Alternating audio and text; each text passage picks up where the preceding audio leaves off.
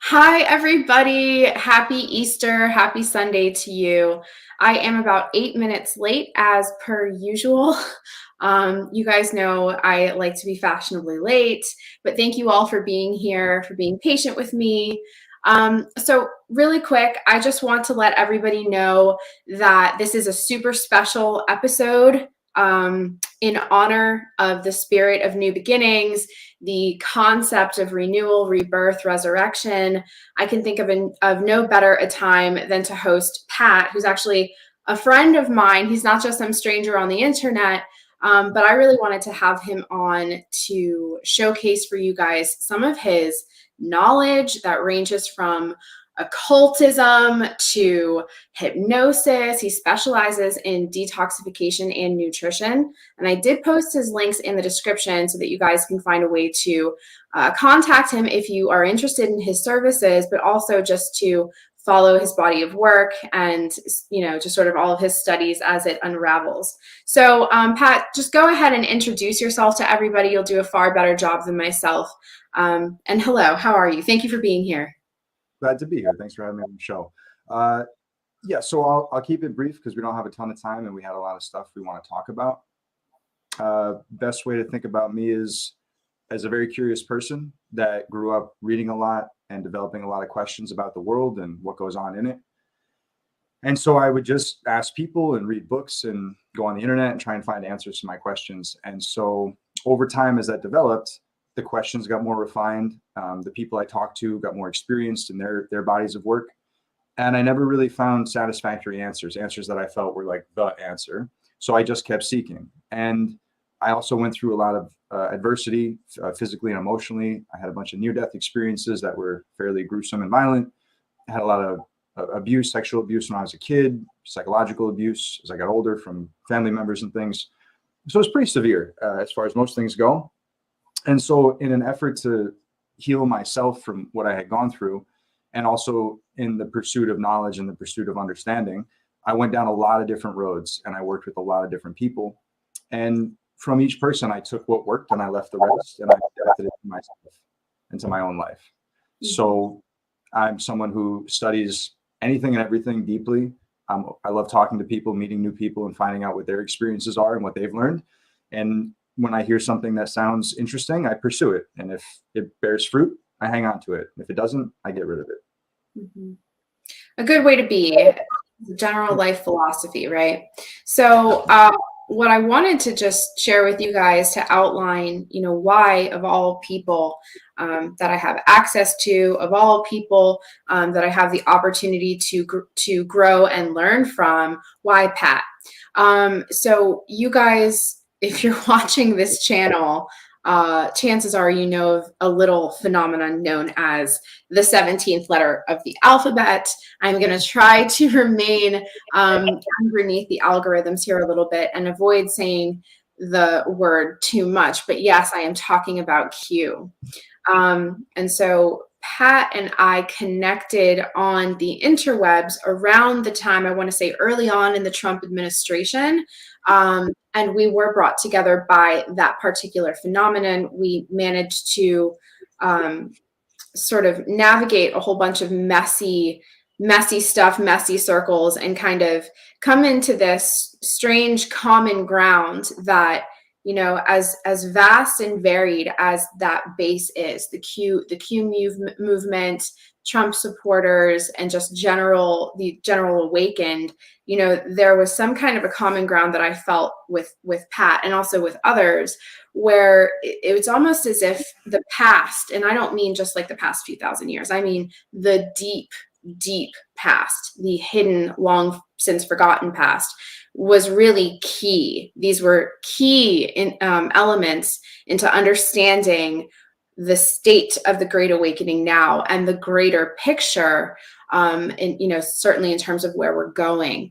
And fun fact, we certainly didn't plan it this way. The universe is far more creative and intelligent than we are as mere humans from this particular, stage of our development. But Pat and I did happen to be at January 6th within what would you call that section that we were in? There was a general population where people were spread out all, very far, out from Trump's speech. And then there was like a Secret Service line where you had to go through security clearance stuff, or you had to go through clearance to get in. And that was more maybe inner circle supporters, maybe donors. I don't know who was there, but people closer to him, certainly. And the only reason I was there is because the photographer who was working at the event was a friend of mine. And I'd actually worked with him, some of the stuff that I do, it's on my website and all that. And we'd gone into some of those areas together over the years. So we become good friends. And the person that was going to carry his camera bag with all of his extra lenses to photograph the event became unavailable. So he called me and said, "Hey, do you want to come and tote the bag with me? And we'll be right up front." So yeah, I ended up at the third row of the speech, which was an amazing experience. And we got a bunch of footage and pictures of what was happening there. But of course I was there with like a media pass. I actually had a media badge. So I was just there working, really just a great opportunity to see history unfold up close. And really out of just millions of people, the fact that, and the only reason I was in that special area was because one of my really good friends had the security contract, landed the security contract for that detail. And obviously me being one of his good friends, he was like, "Sure, you and all your friends get in." So, and I couldn't have planned for that. I don't think I could have manifested it more perfectly, but it was a very potent moment in our history, and also just, my personal awakening, and I feel yours as well. We didn't connect the dots that we were both in that tight vicinity together until somewhat recently, which really even more so sparked my intrigue to sort of expound on these conversations. And I've shared this before, but on that day, which I had actually had premonitions about years prior, a couple friends of mine and I, so there was 3 of us total, joined hands. And it was a terribly cold day that day. I'm sure you remember. It was just painful cold. It was a bitter cold, and there was a wind chill, and the sky was gray, and it was quite dark and quite somber. But my friends and I, they led a Christian prayer, and we locked hands, and we have a photo of an opening parting in the sky right above the Washington Monument, which, as you guys know, is an obelisk, right? And I just felt, and I don't call myself a Christian. I don't identify as a Christian, although I love Jesus Christ, and I'm totally on board with, the concept of Christ consciousness. It was a real learning experience for me that somehow Jesus and that sort of that narrative, that storyline was very much part of the Great Awakening and Q and the plan to save the world. So, and there's just so much to talk about here, folks. I certainly want to have Pat back on in the future to talk about this in great detail. But if you could, where do you think you would go with this? Because we love Jesus. We love the resurrection. We love the idea of light sort of gaining victory over darkness, right? We love that stuff. We all love it. But where does it really come from? What's that really about? Can we go all the way back to the seat of the very beginning? Before there was anything, there was nothing. Yeah. Before there was something, there was nothing. That's right. So the way I think about Jesus, and the way a lot of people do, there's so many different ways that it can be done. I think, first of all, people say he's the Son of God. Okay, so there's a divine aspect to him. And other people think of him as a magician. Other people think of him as a myth. Other people think of him as an astrological phenomenon that happened. But the most important thing, for me personally, in my personal mystical, spiritual sort of unfolding, is that the second that you try and define something, you've limited its capability, its possibility. And if God is anything, it's beyond what a human mind can comprehend. And the same is true for Christ. So it's useful to have frameworks to engage with this person, this spirit, this soul, this entity, this concept, whatever it is. But the second you form the concept to gain further understanding, the danger is that you become so attached to the form of something that you lose sight of the essence. So it's a very paradoxical road to go down, to explore and unfold a personal relationship with Christ or with God. It's necessary to build a scaffolded ladder so that you can walk down that road. But every scaffold that you put in place, every ladder rung that you put in place, eventually has to be knocked out to make way for a new one and a new one. And if you go through that process often enough, you start to get comfortable with the idea that whatever it is you're clinging to, whatever it is the mind is identifying to, is not the truth of what you're pursuing. And this can be very uncomfortable for Christians who rely heavily on their mind's ability to conceive of something, and they draw a very tight box around it, and they go, this is what it is, and nothing else, and nothing beyond this can it be. But I just think that's not the nature of God. The nature of God is to always produce something new, always to be, while also being always the same. So it's a great paradox. So I've been familiar with the astrotheology, and I've been familiar with the astral sciences of the ancient world religions, and I've been familiar with all of the ways in which Christ is interpreted, or many of the ways in which Christ is interpreted. But for me, I think it's the most remarkable thing about Christ is how little we know of his life from biblical texts, and even extra biblical, pseudepigraphical, or Gnostic Gospels and all this stuff. There's just so little that's known of his life. And so to have the most mystical, I consider Christ to be the most mystical person, period. I mean, how can you be God in flesh and not have a mystical relationship with the cosmos? It just makes no sense to me. So, the most mystical person in the world that ever lived, and we don't know anything about the majority of his life, and we presume to put all of these boxes around what he could and could not have done, what he could and could not have said and been, and all these kind of things. It's just preposterous. So I feel comfortable living in a space where I don't know a lot of stuff about it. I just don't know. But what we do know is that he lived his life as an example of how we could be ourselves.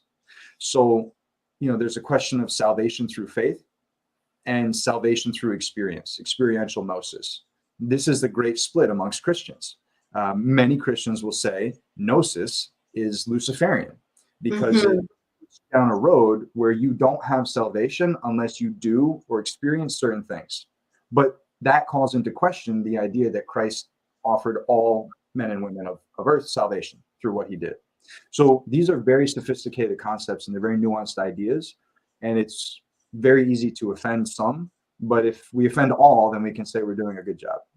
Oh, I love it. Pat, see, you guys, this is why Pat is on the show. He just drops the fire. Pat, you're wonderful. Truly, you really, that it hits things on the head for me, because I over the years have become quite frustrated with modern Christians, not Christianity as a concept. Okay. It's almost as if the loudest mouthpieces, that we know of, they really do attempt to define, confine, and just sort of box that whole notion in. And therein lies my personal frustration with it, because the idea that, there is a huge distinction between faith, salvation through faith, and salvation through experience. And what that reminds me of I've just recently started to scratch the surface of it, but the Gospel of Mary, and without getting into too much detail,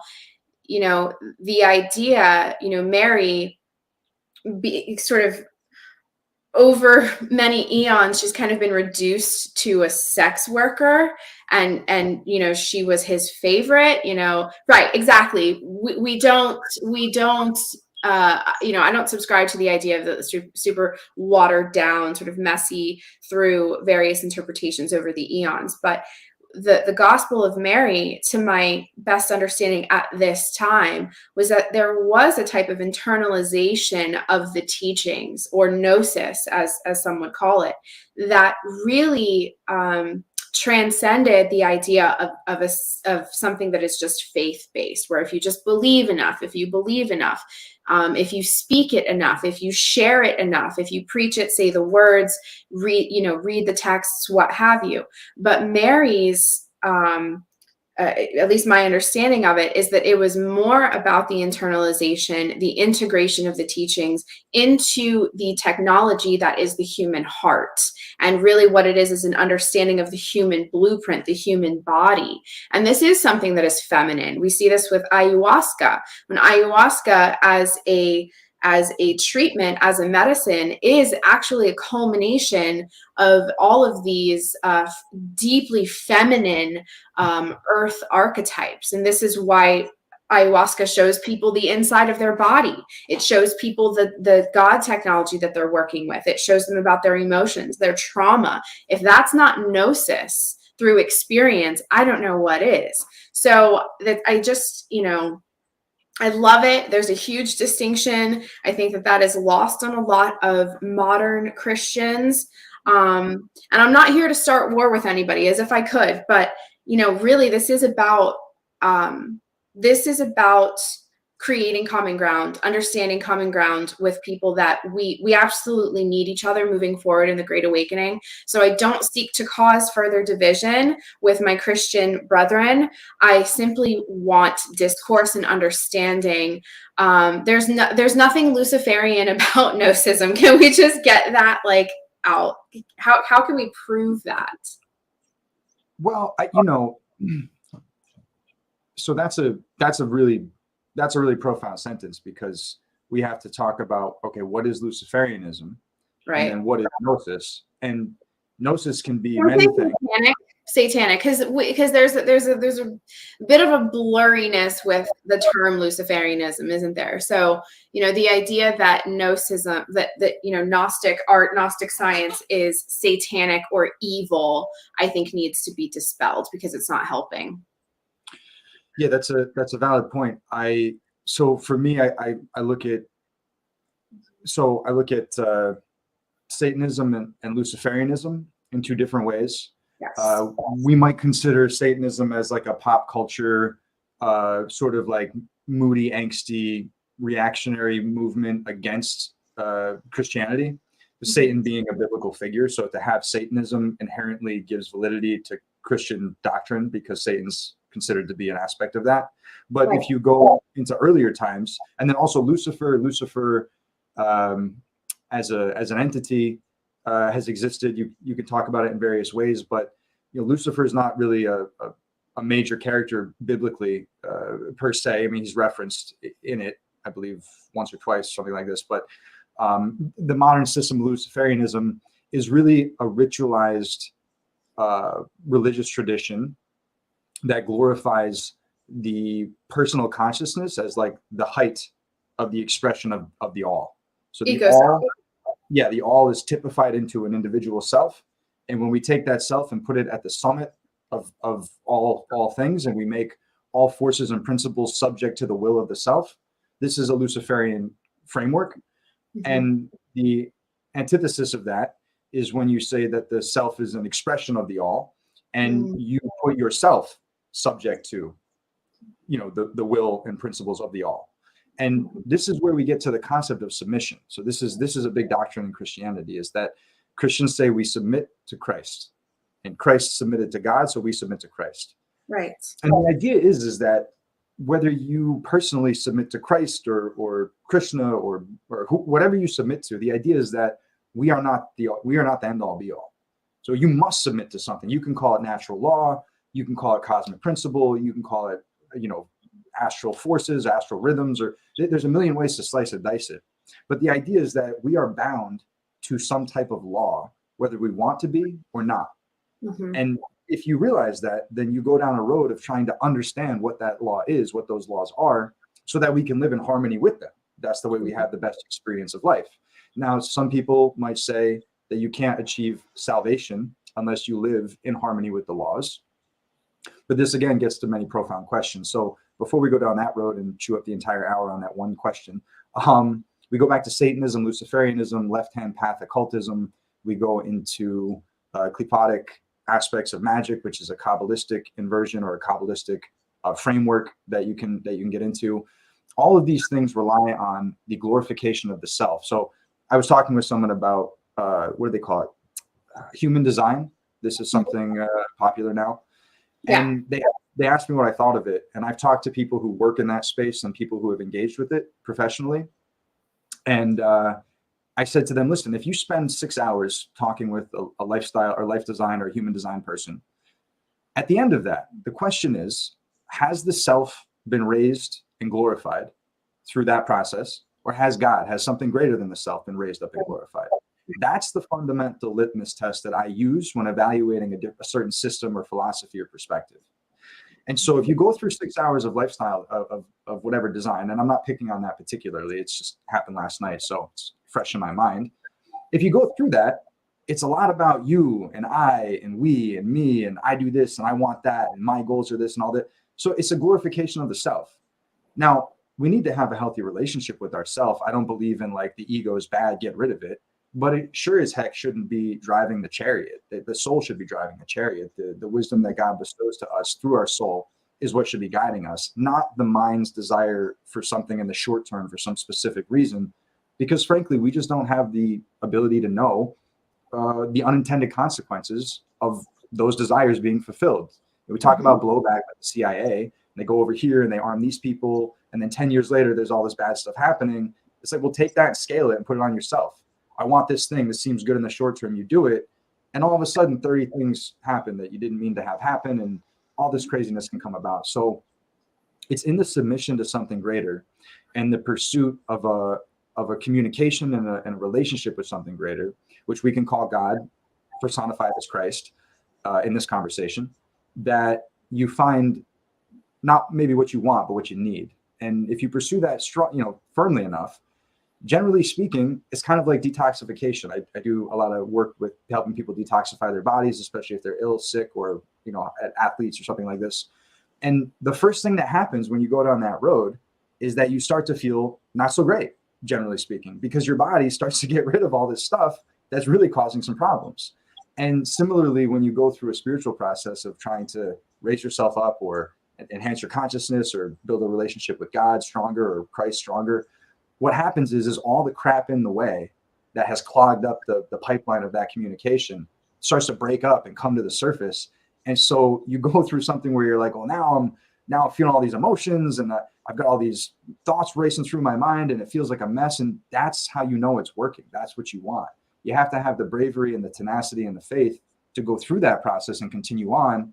But ultimately, when you do, you find something far greater than you could have even hoped to manifest at the beginning of the process. That's been my experience. Well, and it's so interesting because I've noticed just on a microcosmic level, a much smaller level, you'll see within the patterns that people run when they repeatedly choose to put the self, the mind, the desires, when they allow themselves to be run by what we could call base energy, where we can observe the same patterns repeating over and over again. And you'll find that people ultimately end up meeting the self over and over and over again. And there really is there's no other way. First, you have to break through that self, that meeting of the self. And then at some point, there is a point of surrender. I think anybody that has come through some kind of addiction or trauma, they will all tell you that at some point on your path to, I guess we're calling it salvation now, or enlightenment, awakening, what have you, there is a point where you will have to surrender, whether it be to Jesus, whether it be to, enter sun God here, enter ultimate entity here, Father, Creator, Father God here. At some point you will have to surrender to greater mechanisms. And it seems to be within that space is where true power is recognized. please refresh my memory, because I'm seeing the triangle in my mind's eye where the three are connected. There's the Father, the Son, so what we consider, a lot of people, when they say the Father, the Son, the Holy Spirit, we're actually talking about three very separate principles that together they form the essence of the all, correct? So what are those parts? Yeah, if we want to go to the most fundamental with vocabulary, that'll be, reach probably most of the audience here. We can talk about the principle of electricity and magnetism. Yes. And so you have, like, electromagnetism is this fusion of opposites that creates total perfect stability. Mm-hmm. Let me think how I want to do this. Actually, I don't want You to. don't? I don't want to. Say again. You don't want to go there? No. I don't want to go. This opens up like a very deep thing, and with the time, and it takes a long time Well, to go through. and this is, you guys, this is why I'm bringing it up. I'm very interested in drawing connections between all of these mega world views over the course of history that really do share these commonalities. It looks different, sounds different, all these different vibes, and wars are started over it. And it's like, really, are we that different? Or are we talking about the fundamental building blocks of matter, of all life on Earth? Does it really all just come down to these essential elements, or these essential properties working together in perfect harmony to create stability, life, and death, the cycles of everything. So I know it's a huge book to open, but I'm just trying to, when we say the Father, the Son, the Holy Spirit, are we talking about electric, magnetic, and what's the other one? There's the electric, magnetic. So yeah, I would say you could probably somewhere. You could probably say you have electromagnetism, and then you have acoustic compression. Okay. And then you have information, like data itself. So all three form us. These are like three principles that are operative. Now you could zoom into any one of those. Now, because reality is structured holofractographically, because reality is structured as a hologram and also as a fractal simultaneously, however you scale up or scale down or zoom in or zoom out of any piece, you should find that the same principles that govern one viewpoint are present in any other viewpoint that you take. Repeating sequence. Right. So if we talk about electromagnetism, we could say that if we consider the idea that reality is a simulation, like a computer screen, and the smallest pieces of the simulation are like pixels. So when the pixels are arranged, this is called the technical term for this, which you guys can look up if you're interested in it, is the Planck spherical unit isotropic vector matrix. What does that mean? It just means very tiny spheres, like super, super tiny. The tiniest thing the universe can do that we can even perceive is called the Planck. And it's the amount of space it takes for a photon to make its periodicity, to make the waveform that it goes through as it moves through space-time. So you take that distance as a measurement, it's like something point something times 10 to the negative 23, a very small amount of thing. So if you take those and you imagine that there's spheres that have that diameter and they're all packed together very closely, they all have an electrical charge and they all have a magnetic attraction, and they link up in a geometric array that is completely full of, practically speaking, infinite amounts of energy. But because they're all connected in a perfectly stabilizing geometry, all of the forces of all of the individual Planck spherical units, they cancel each other out. And so that's why we have this infinitely dense energy field of space that appears to be empty, but in fact is full of, practically speaking, infinite amount of energy. Right. So this is an electromagnetic principle that is very much akin to the alchemical principle of the union of opposites. And so this is not the astral fabric, not the astral light. This is the astral light would be considered one layer down the chain of this.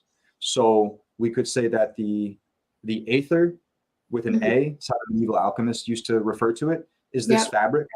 modern lingo would be the Baphometic principle. Baphomet itself is a symbol and an egregore. It's become an object of devotion and worship, and it has many, many energies and emotions and ideas attached to it.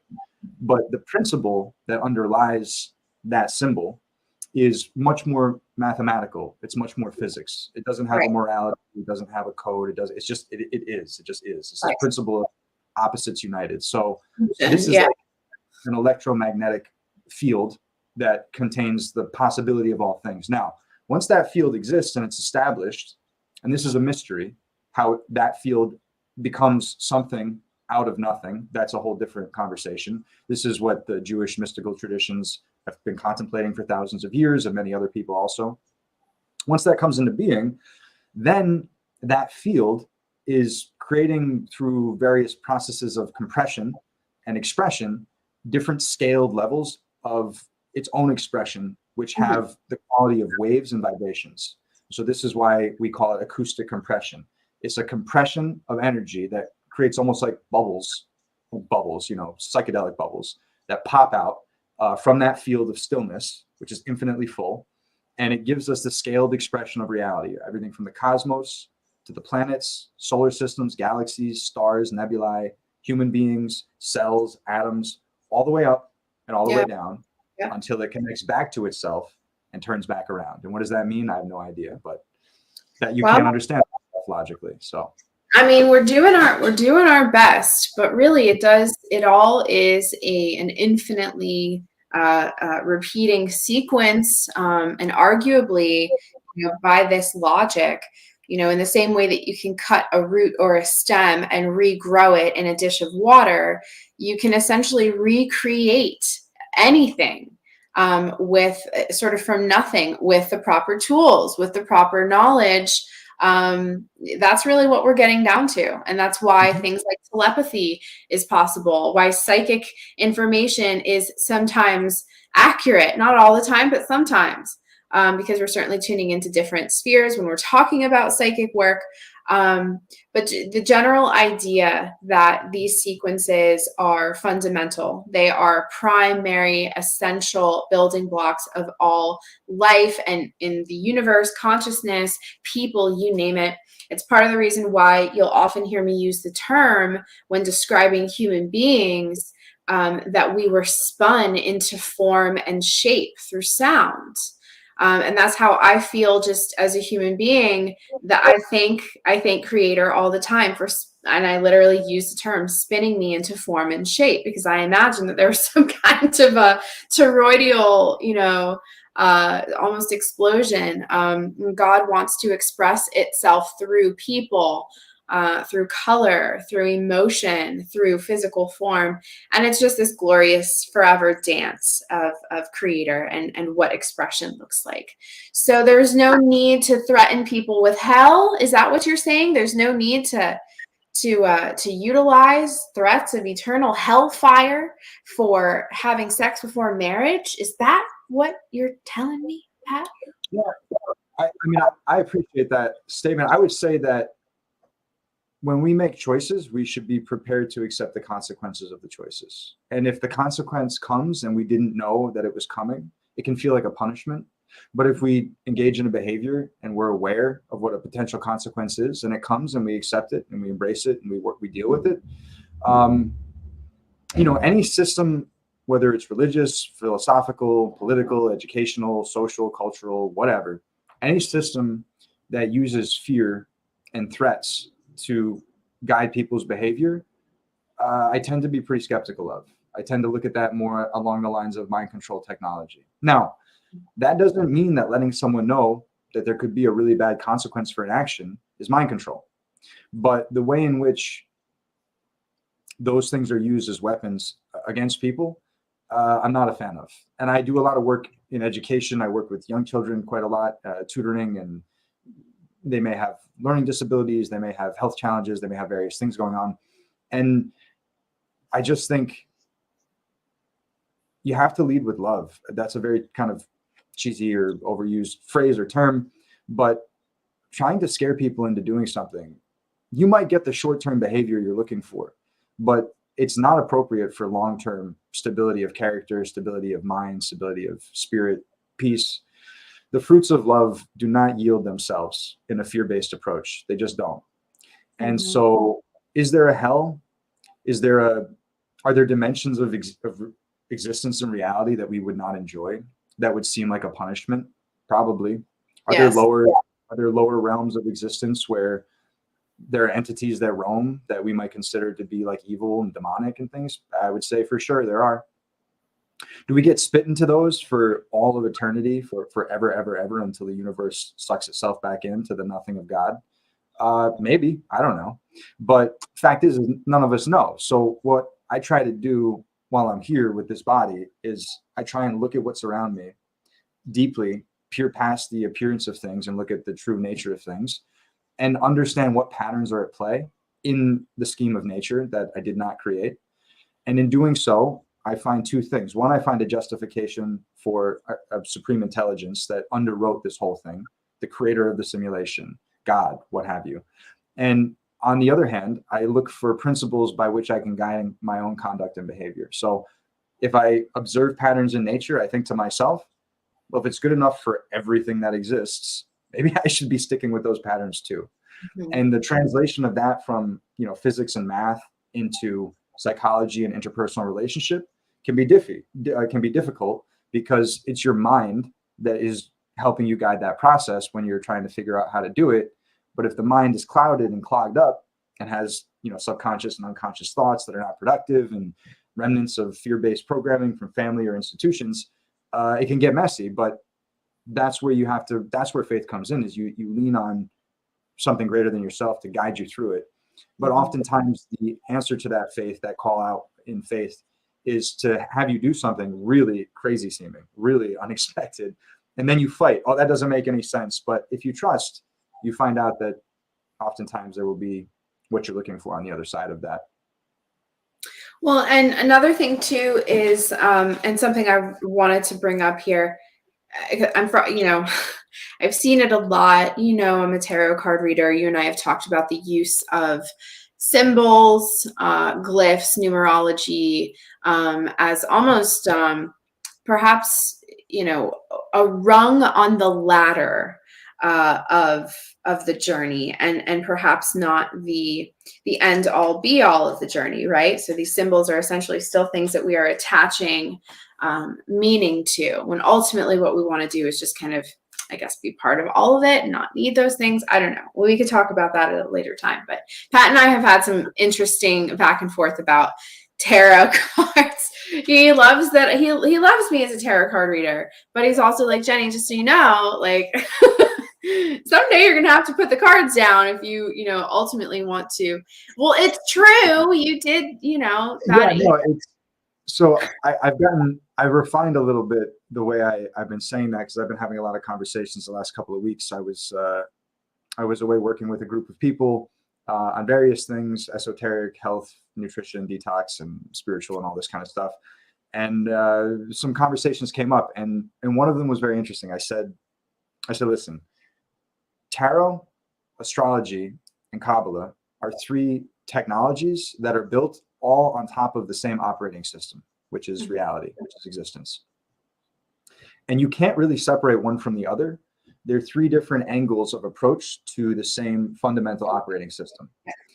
And I used one brief example to illustrate this. I said, if you look at astrology, you have 12 houses, 12 signs, 7 planets, 7 ancient planets, visible planets.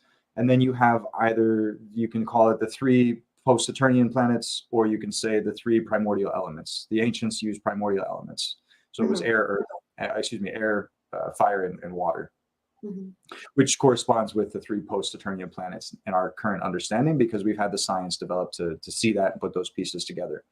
At any rate, you have 12, 7, and 3, which yields for us 22. So then you go to the tarot deck and you say, oh, there's 22 major arcana. Well, guess what? Each one of those 22 things has a correlation symbolically to those 22 cards. And then we go to the tree of life and we see, oh, there's 22 lines that connect the 10 Sephiroth, the 10 paths, or the 22 paths. So we see this principle present in all of these. And then we go back to, for example, the tarot, and we say we have our minor cards, and we have ace through 10, and then you have the other cards, but let's just take the ace through 10. And we have the ace through 10 4 times in 4 suits. But if we go to the tree of life, the tree, which has 10 circles, 10 Sephiroth on it, is happening in 4 worlds of creation. So you can take the ace through 10 and you overlay it onto the entire tree schema 4 times, and you have the entire construct of the tree present in the tarot deck. And this is all reflecting the wisdom of that which is above into a form which is, of course, below. And so we, as the intermediary force between all these systems, have the ability to pursue them for the wisdom that they contain. Now, the most base use, and this is to the conversation that we were talking about, the most base use of these technologies across the board is divination. Doesn't mean it's bad, doesn't mean it's evil, but the reason I call it the most base use, with astrology, you have progressions, you have the natals, you have horary, you have solar. I mean, there's a million ways to use it to create a predictive capability. The thing about predictive capabilities is, more often than not, human beings are pulled into a use of divination for some personal material end. So it enmeshes us into the material realm. That's okay. We're here. We should be here. We should acknowledge that. But if you go to a fair, like a healing fair or a new age fair or something like that, and you line up everybody who's there for any type of divinatory practice, whether it's pendulums or readings or psychic stuff or any of that stuff, and you spend 5 or 10 minutes with them, I think for the vast majority, you're going to find that they're trapped in something. And it's going to become very quickly apparent that they're trapped in something. So what I like to say to people that I work with and that I coach and teach is that it's best to pursue these things in an abstract philosophical way to gain an experience of the principles and forces that are being represented in these various systems. And if you do that well enough and you do that sufficiently, the divinatory uses and the use of them in these other ways that can be used will happen naturally as an outgrowth of that foundation. And by doing this, keep yourself from the greatest trap of moving into a new age type space, which is to think you transcended the limited material ego plane while actually just double handcuffing yourself to it. Right. And this is the biggest challenge I have. Go ahead. Well, no, and it's really interesting because I think about when I first came into ownership of my very first ever tarot deck, the technology, as you refer to it, is so funny because that's how I refer to it as well. It's almost like a manual rather to a technology, that technology being the fundamental essence of the mechanisms here, how it all works. The 7 planets, just the tree. If you look at the tree, you seriously can overlay the system of tarot onto the tree of life, and it is absolutely seamless. It was made that way. And what's funny is the system of tarot, the cards themselves were developed, I think 1400s, 1500s, some brilliant mind, you know what I mean, was like figured it out. I'm sure there's a super fascinating backstory there. I'd love to get into that sometime. But when I first came into ownership of my first ever tarot deck, I was undergoing what felt like a fast track course. And I liken it, if you guys have ever seen The Matrix, where they'll plug somebody with some kind of like a chip or a program, and within minutes they know kung fu, or they know some crazy martial art, or they can speak a language, they know how to fly a helicopter. Having my reunification with the system of tarot felt a lot like being given a zip drive with all of the sort of the user's manual to the technology here. Now, I think that I totally see your point with the philosophical, more neutral approach to tarot. I just do feel like there's so much that people can learn from it. They study it, and it's like you really get an inside look at the sort of all these beautiful dancing puzzle pieces of life on earth and the human experience from conception to death and then beyond. So it's a fascinating study. I love talking to Pat about it because he really doesn't, he's he can kind of call me out in the most respectful, tactful way that really keeps me coming back for more. And this is why, I don't personally enjoy being in an echo chamber. I seek to learn. I want to share what I've learned with everybody else. And this is why I brought Pat onto this show, you guys. He is just a treasure trove of information. And I'm so excited to see what he does next. I just wanted to check. Yeah. Well, I was just going to say, I wanted to check in with the chat really quick and just say hi to everybody. We have 52 people watching right now. Happy Easter to everybody. Thank you for being here. If you're just tuning in, welcome. My guest today is Pat. You can find all of his awesome contact information, his services, his body of work in the description below. And I do want to make note, folks, I am going to be moving over to Patreon at the top of the hour. It's totally up to Pat if he wants to come. He doesn't have to. I'm actually thinking I might do some live readings for you guys if that's what you wanted to do. My patrons, let me know in the chat if that's what you guys want to do today. It's totally up to you. You guys are my family. You support me in all of my efforts and my work. So I'm really going to leave it up to my Patreon patrons to let me know what you guys want to do after. If you want to do private readings or what have you, just let me know. All right. Sorry. You can continue, Pat. No, that's great. And I'm happy to join for the Patreon after. Technically, we'll figure out what I have to do, but that'll be great. And if people want to do like a more, intimate Q&A with me over there and dig into some stuff along with whatever they would want to see from you as well, I'm happy to do that. We can get into some techniques, some technical stuff, some certain maybe book recommendations and things like that. We could do all that, on the other side. So, but for now, I wanted to just say, with the tarot specifically, but any of these systems in general, there's, a good way to look at it is like a two-tiered approach to pursuing, knowledge of this stuff. On the one hand, you have a meditative approach, and on the other hand, a contemplative. So again, this masculine, feminine, this outgoing, incoming, this kind of a process, it's always good to keep in mind. So one exercise with the tarot that I found very valuable over the years, and I've also studied the tarot for, a long time, a lot of years. Maybe I've done like 10 readings in my life for people, and it was always a very specific moment. I felt it was appropriate, brought it in. With that said, have I sat across from someone and brought forward information that you might have used a tarot deck to do, but I didn't need the tarot deck because I could feel what was happening with that person, what principles were moving? Absolutely. So I think any really tarot reader that's worth their salt will tell you a lot of the time they don't even need the cards. The cards are just a visual aid for the person across from you, but you just sit there and you be present. You see what's really happening in front of you. You feel with the soul what's really happening in front of you, and you just know what to say. You just know what to say. And that's the case for how I tend to do things too. But anyways, one exercise with the tarot that's great is you pull a card and you do a meditation on the card. And you just sit and you don't poke it. You don't prod it. You try to keep the mind completely empty and still and allow just that image to be before you. And you may get things, you may hear things, and just put it away, because that symbol of the card. And actually, what would be great on the Patreon side is to talk about the origin of the tarot deck. I just got back from Bulgaria, where I studied with a world-renowned Assyriologist who has translated many, cuneiform tablets and ancient Arabic texts, ancient Latin, ancient Hebrew stuff. He's an incredible guy and a wonderful friend. And he's a very dear person to my heart. And I got some really great information from him while I was there. So maybe I could share that too on the other side. But you just let it come. And that's one way to do it. And then the other side is you poke it and you probe it and you try and pick it apart and you think actively, what is this? What is that? And you try and relate it to yourself, your own life, your own dynamics, your own observations, other things you've read. And somewhere between those two, wisdom starts to bloom.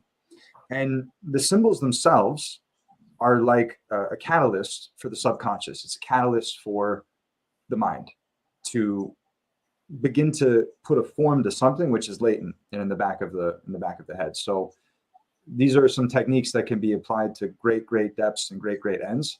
And it's a very good system. This is a Kabbalistic consideration where they have meditative and contemplative Kabbalah, the third branch being magical Kabbalah or ritual Kabbalah. This is when you take what you've yielded from this process and you engage with that information in a back and forth rhythm between you, the inner world, and the external world. And this is also what I get into with the work that I do with people. Well, and I also do want to get a little bit more into that when we move over to Patreon. But I've been talking about this for years. When learning the tarot, what I did to fast track my learning process, I would choose an archetype from the major arcana, for example, the Empress card. And I would put that card underneath my pillow or by my bedside at night. And without having any real expectation, I would simply ask that archetype to speak to me and share with me the wisdom, and to allow that wisdom to permeate within my body, within my technology, if you will, throughout the duration of my sleep. And, so it's doing all of this work on your subconscious while you're not even where almost you do get to trick yourself, like almost like a hack, you do become more meditative on it by accident, because you're not sitting there staring at it, trying to make sense of it. You are really allowing this archetype to do a song and dance with you for the purpose of understanding it, learning it, integrating it, and then moving on to the next archetype, so that eventually, you have a much more concise picture of the journey that is the major arcanum. And, it's really, I think it's beautiful because it's like a language. It really is. I only speak one language. I only read one language. But tarot very much is what I believe a living language of light. And it's not just words, texts, or symbols. It is almost like a resonance field. So I can feel the Empress card, for example, before I pull it or before I see it.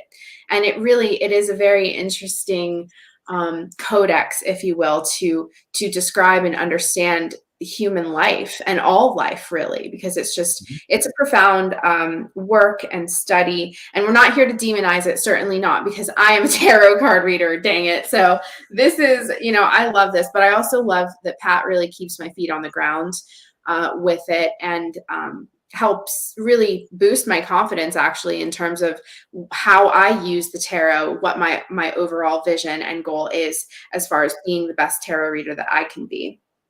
So, we touched on a lot. You dropped so much knowledge for everybody today.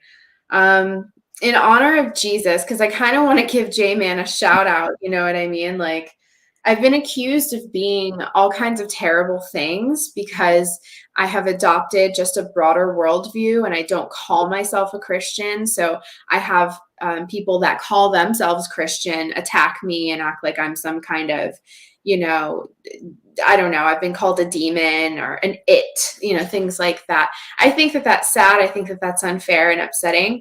But at the end of the day, I think that we all want the same thing. We do want a relationship with Creator, with, the All Father, the King of Kings, whatever you want to call him.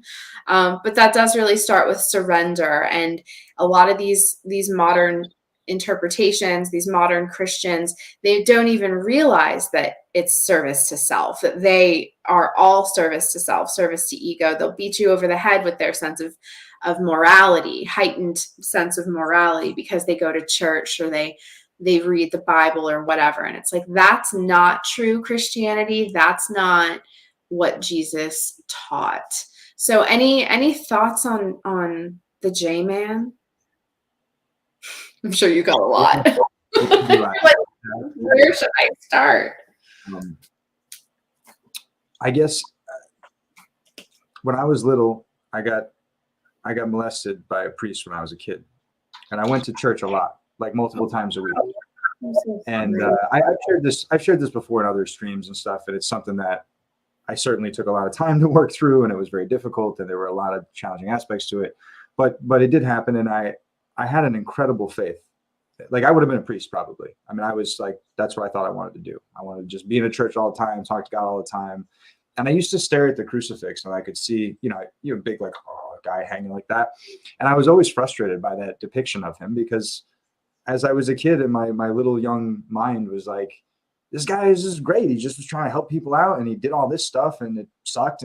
But he did it to show what would happen after. He didn't do it to glorify suffering. He did it to glorify God, glorify life. So I was always frustrated by this. And I also did martial arts when I was a kid. So I used to meditate in the dojo. We used to learn to meditate before we would begin training session. When I was in church and I would get bored, I would just meditate. And probably I was going into trance states as a little kid, because I think children are much more inclined to enter different states of consciousness when their minds are purer and they have less built up thoughts and their ego is not as developed yet. So this used to happen. And on one occasion, I closed my eyes, and if you stare at something and you close your eyes, you see the negative image of it in your head, like the outline of it. So I was staring at the crucifix with the body of Christ all mangled up, hanging there.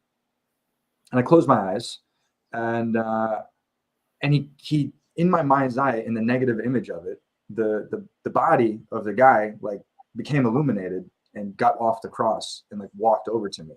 Now, I'm not saying this really happened. I'm not saying like Jesus came to me and like taught me stuff for 7 years or whatever. I'm just saying that I was very imaginative. I had a great imagination, and this is what happened. This is my experience of what happened. So he came over to me, and I was like, "Can I give you a hug? What's going on?" All in my mind's eye, this is happening. And so he's like, "Yeah, sure." So I gave him a hug, and he just kind of like got low, and I was like eye to eye with him. And the first thing I said was like, "I hate how they do that, with the cross. Like, I don't like that." He's like, "Me neither, And he said, "But that's not really why I'm here." He said, "Do you want to play a game?" And I was like, "Sure." "What do you mean?" And so he said, "Okay, here's the deal. He put his like hand over on my shoulder, kind of. He put these two fingers like kind of like right there.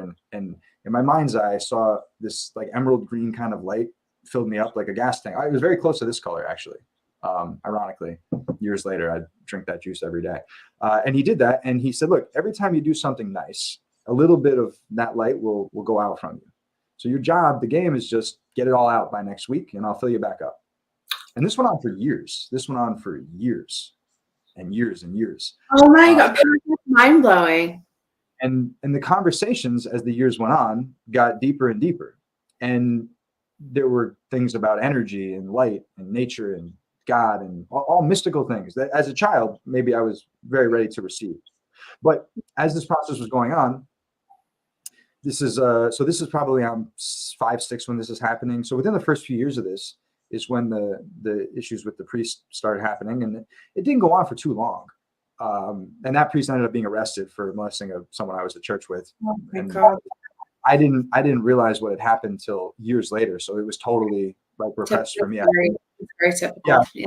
I started studying shamanism and doing a lot of meditation and going very deep. And I started having this really profound fear, like terror, just like soul shattering terror that was coming up. And I'll try and wrap this up because I know you want to break at the hour. So it was horrifying. And as I went, your time. Cool. As I went into it, I kind of, whatever, it was a long process, and I started to see this stuff. And then a lot of things that I had struggled with throughout my adult life, into my teen years and into my adult life, in terms of sex, sexuality, pornography, relationships, intimacy, all of this whole spectrum of things started to make a lot of sense. So then I started looking into like, what happens to people when this happens? And it was like reading a description of my difficulties.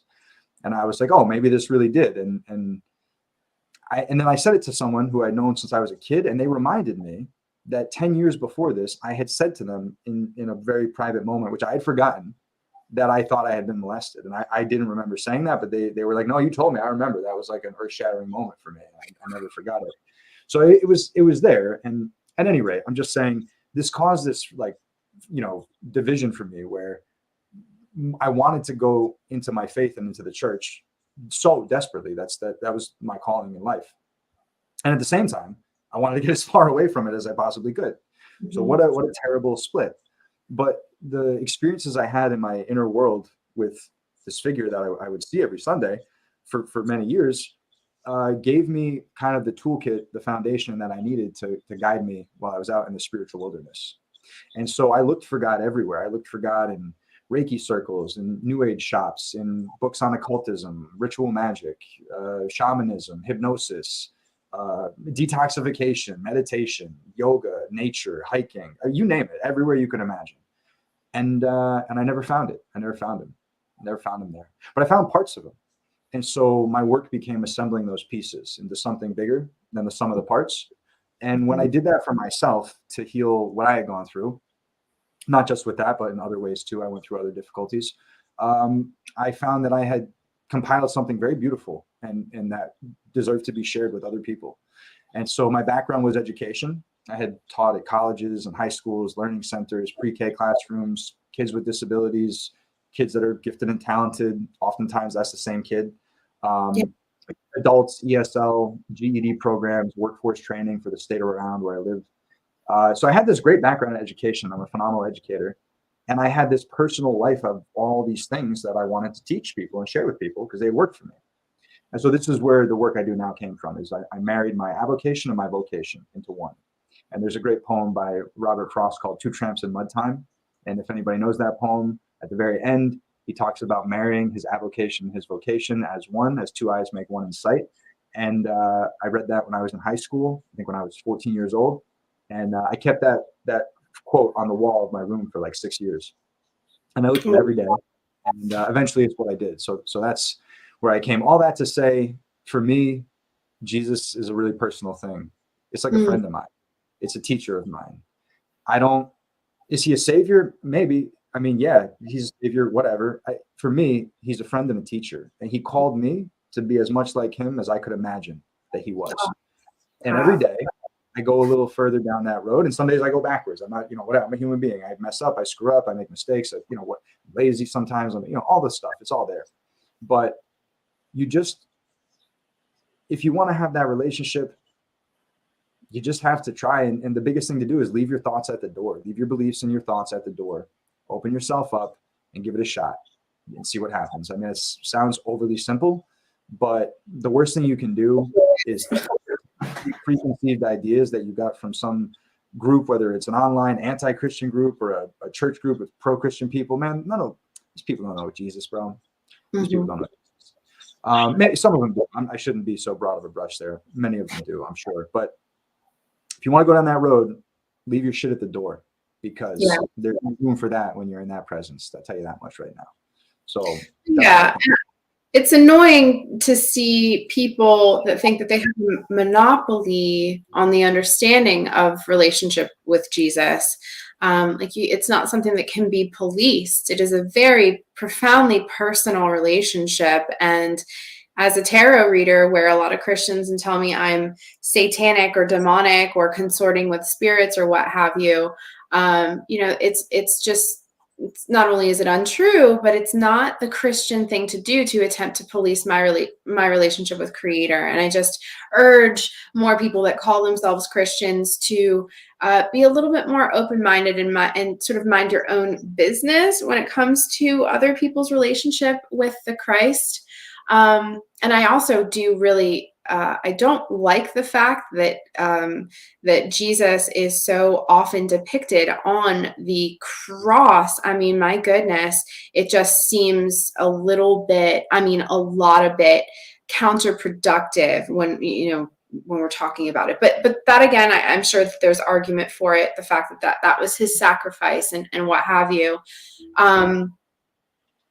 But yeah, I mean, shout out to Jesus. He is risen. The idea of resurrection, I think, is probably a topic for another day. I certainly want to do more of these with you. I think everybody really loved you too today. I just thank you so much for being here and for sharing all of that with us. And I know that there are a lot of people that unfortunately, they can relate to childhood abuse, childhood trauma. And yet what I have seen across the board is that a lot of people that for whatever reason had to be subject to that kind of atrocity, a lot of them have made it their own personal business to overcome and then become protectors and advocates for such a thing. And at the end of it, some of them will tell you that it brings them closer to God. And that's certainly not to say that trauma is great or everything happens for a reason. I'm not one of those people. But certainly we do at some point get to choose where we go from our trauma.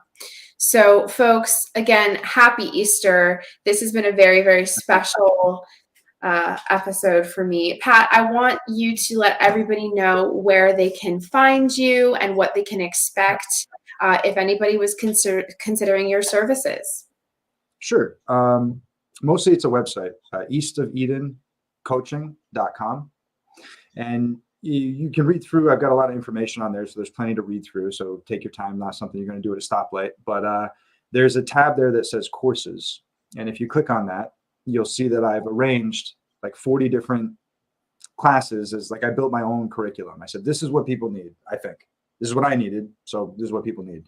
So there's a physical, mental, emotional, and spiritual breakdown. And each section has 10. Oh, Kabbalistic, watch out. There's tricks in there. The website's full of tricks. So there's 40 different like areas. And what I suggest that people do is they look through that. And whatever they see that they think is interesting, they just let me know and say, hey, I'd like to learn about A, B, C, D things. And then if they're dealing with health challenges, then we might focus on the physical side a little bit more. If whatever the case might be, we can do any of it and all of it. It all links together. And the way it works is we'll put aside a certain amount of time, 5 hours, 10 hours, 20 hours, whatever. And then we'll use those hours just as we go. So we could have a 20-minute call or a 3-hour call. We could do once a week or 5 times a week. And then if they want to really go, full on and get more into developing the lifestyle a little bit to integrate and implement a lot of this stuff into their daily life and into the way they're living, then I'll come out and spend time with you at your home or wherever you'd like. And that is a different arrangement that we would make for that. But I do that work as well. So right now I'm booked out till like August with either 3 days, 5 days, 10-day, 20-day appointments to go and see people. I just spent 3 weeks in Las Vegas and LA, and I'll be in Texas soon. I have Kentucky coming up, Florida. So I'll be all over, and we'll squeeze it in as we can. Website again, Pat. It's eastofeldencoaching.com, like the Steinbeck novel. Which is actually all right, guys. I just posted that there in the chat for you. You guys go ahead and check him out. He is just a wealth of information. He will be back on this show, certainly. I personally would love to delve into specifically the Gospel of Mary. That is something that calls me, and I can't think of a better person to have that kind of a conversation with. More than a sex worker, Jesus's favorite. And I personally enjoy that narrative. All right, everybody, join us here in about 5 to 10 minutes over on my private Patreon. We're going to do some live interactive Q&A. Pat's going to be over there as well. We may even take out the tarot cards. Who knows? All right, everybody, happy Easter again. Thank you for tuning in. Bye-bye. Thanks.